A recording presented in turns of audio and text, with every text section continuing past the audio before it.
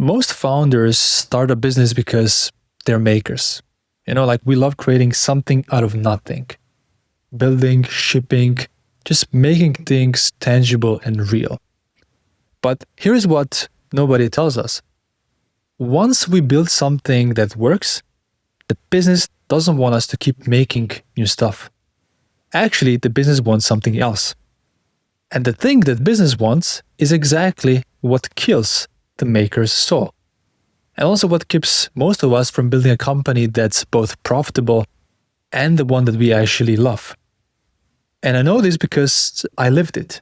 I built a 7-figure business, but I felt completely trapped. Just couldn't see a way forward. And in this video, I'll show you why this happens to makers, the 2 ways we go wrong, and also the framework for finding our way out. All right, let's talk about what the business actually wants. So once you have built something successful, the business wants stability. It wants you to repeat what's working, do more of the same, and don't break what's not broken. So on one hand, your team doesn't want you to launch new product every quarter because, that breaks their workflows. On the other hand, customers don't want constant change either because they want reliability. So business wants boring. And all the business advice out there pushes us in the same direction. It says things like, hey, scale what works, systematize, make yourself redundant, which is great advice if you're a manager. But if you're a maker who needs novelty, this is slowly killing your soul. So the thing that made you start a business, creating, building, making, that's exactly what the business pushes you away from. And this tension breaks most makers. So this is maker's dilemma in a nutshell. Now, let me show you 2 classic traps that hold makers back. First trap, it's something I call internal serial launcher. So imagine you have a business that's working, but every quarter you're launching something new inside it. I don't know, like new product, new service, new market. So your team gets exhausted and your customers get confused. And also nothing gets real traction because you abandon each thing before it has time to work. So you're not really building a portfolio, you're just unable to commit to one thing for long enough to win.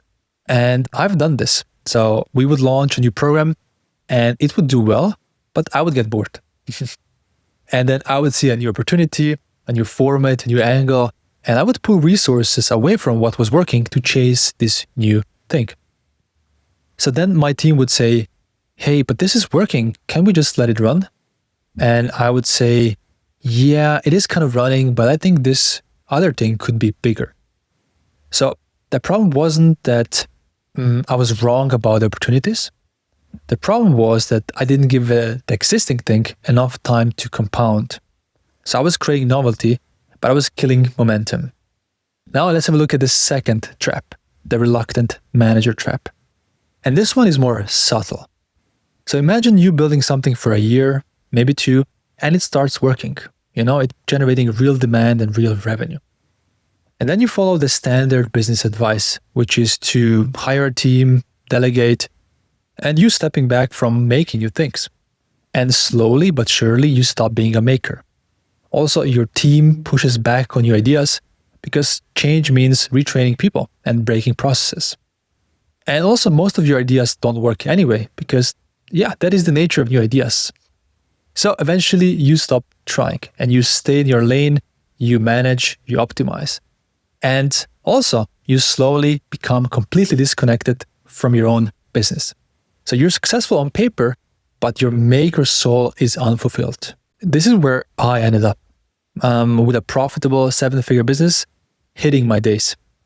And I was hitting my days because I wasn't making anymore. I was managing. And here's the thing that makes this trap so dangerous.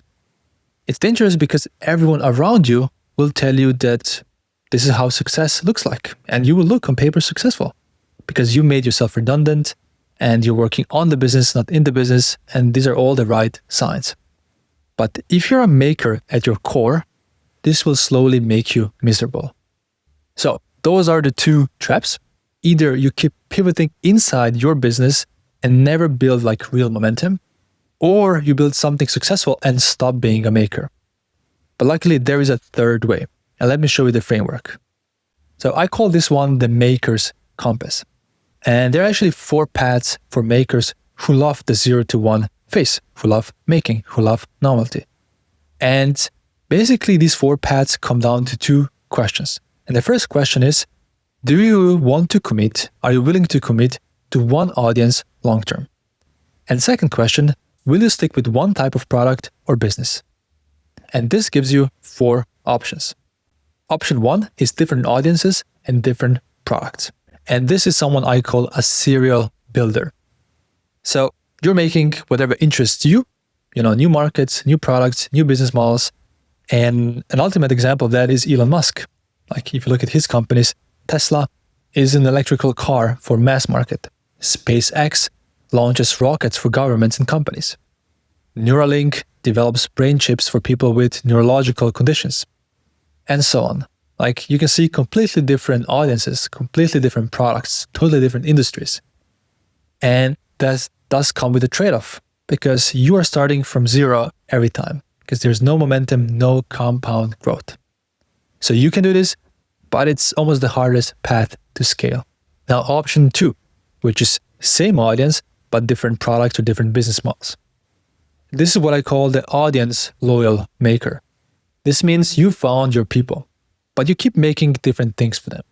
And Alex Hormozi is a good example of that. He has the same audience the entire time, which is business owners who want to grow and scale, but he offers completely different products to them, from Gym Launch to Prestige Labs to acquisition.com, books, YouTube channel, software tools, all of that. So he's always serving the business owner, but he's constantly launching new things for them.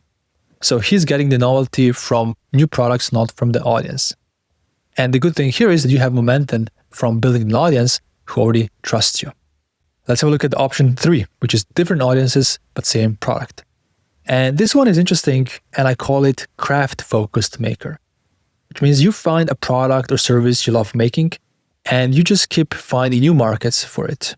You could think of a design agency for this example, which means you're making the same thing, design work, but 1 month you're designing for a healthcare company, next month it's fintech, then e-commerce.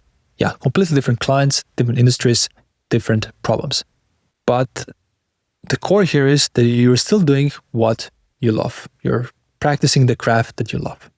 And you get novelty through the variety of clients and challenges, not through changing what you make. And the last one, option 4, is same audience, same product. And this is what I call the focused maker.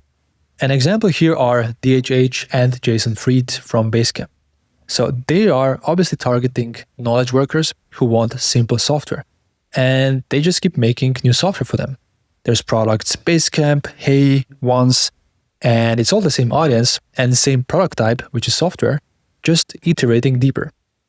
There's also Jeff Sheldon from Ugmonk who does that. So his audience is people who love minimal design stationery. And he just keeps making physical products for them. Notebooks, pens, desk tools. And in this model, you find novelty within the constraints. This might be smaller features, new iterations, new applications of the same skill. And yeah, this path gives you the deepest mastery. But it also requires you to love your lane enough to stay in it for long enough to be able to compound to get the results. So which path is right for you? Well, I think it's important to just be honest with how you're wired. Like, do you have an audience you care about enough to serve for 30 years? Do you love one craft enough to do it for different people?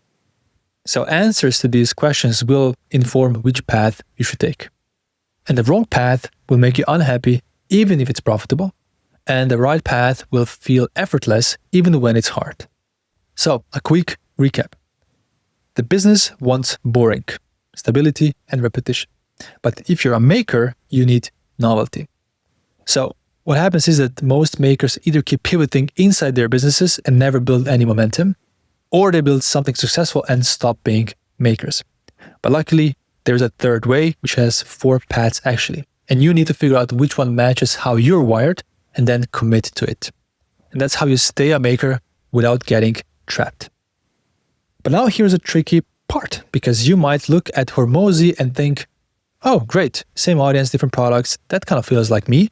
I'll just copy his model. But it's exactly another kind of trap that keeps a lot of us founders, makers stuck. And I break down why in this video. So see you in the next one.